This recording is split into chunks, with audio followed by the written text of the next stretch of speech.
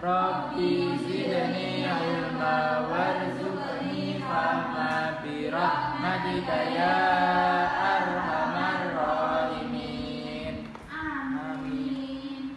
Oke, ibu guru absen dulu ya. Ya.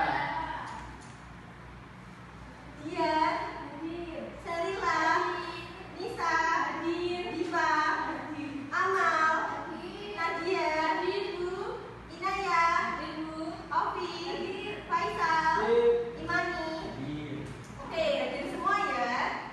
Kalau sudah siap, dibuka bukunya, pensilnya, dan penghapusnya. Disiapkan di atas meja ya.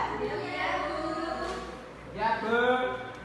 Sebelum belajar, alangkah baiknya kita tepuk simbol Pancasila terlebih dahulu ya. Ayo, 1, 2, 3. Simbol Pancasila. 1, bintang. 2, rantai. 3, beringin.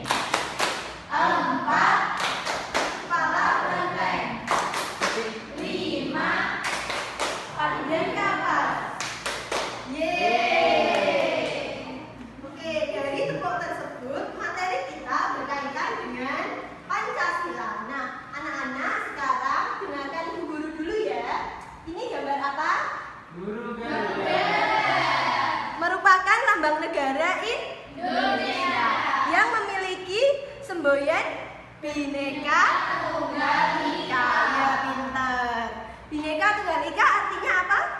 Berbeda-beda tetapi tetap satu jua. Oke, kalau kita berbeda kita harus tetap saling menghargai ya. Iya.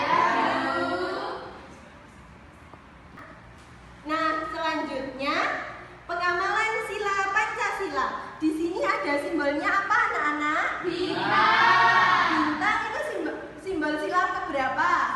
1. Sila ke-1 berbunyi Ketuhanan Yang Maha Esa. Contoh pengamalannya seperti apa? Iya, pinter. Selanjutnya sila yang kedua simbolnya apa? Bunyinya apa? Kemanusiaan yang adil dan beradab. Pengamalannya apa? Saling menghargai. Selanjutnya simbol sila 3 apa, anak-anak? Beringin. Bunyi silanya bagaimana? Persatuan Indonesia. Pengamalannya seperti apa?